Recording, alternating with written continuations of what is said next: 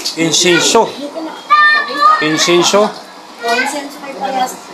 Magandang gabi mga kababayan. Ito insenso.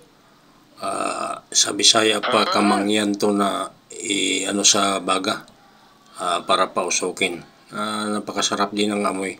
Ito namang labas, may kandila dito mga kababayan dahil birthday ng kamatayan ng aking biyanan.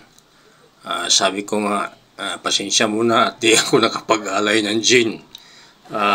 Biyanan, ito ay nagpapausok kami sa likod, sa loob.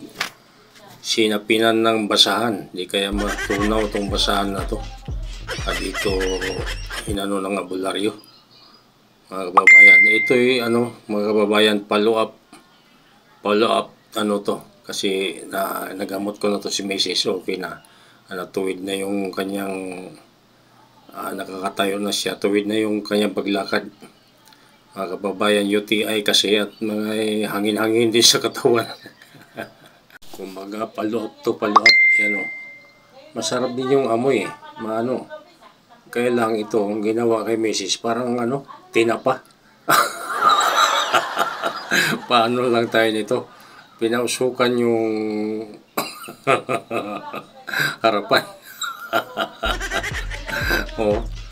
Matagal-tagal din siya dyan nasa 30 minutes kinat ko lang yung video dahil mahaba. Yan magpapausok siya dyan. Buti lang medyo mataas yung bangko. Ito naman yung hipag ko, may salumpasan sa anong tawag ito, sa tagiliran ng ulo. Sobrahan din to.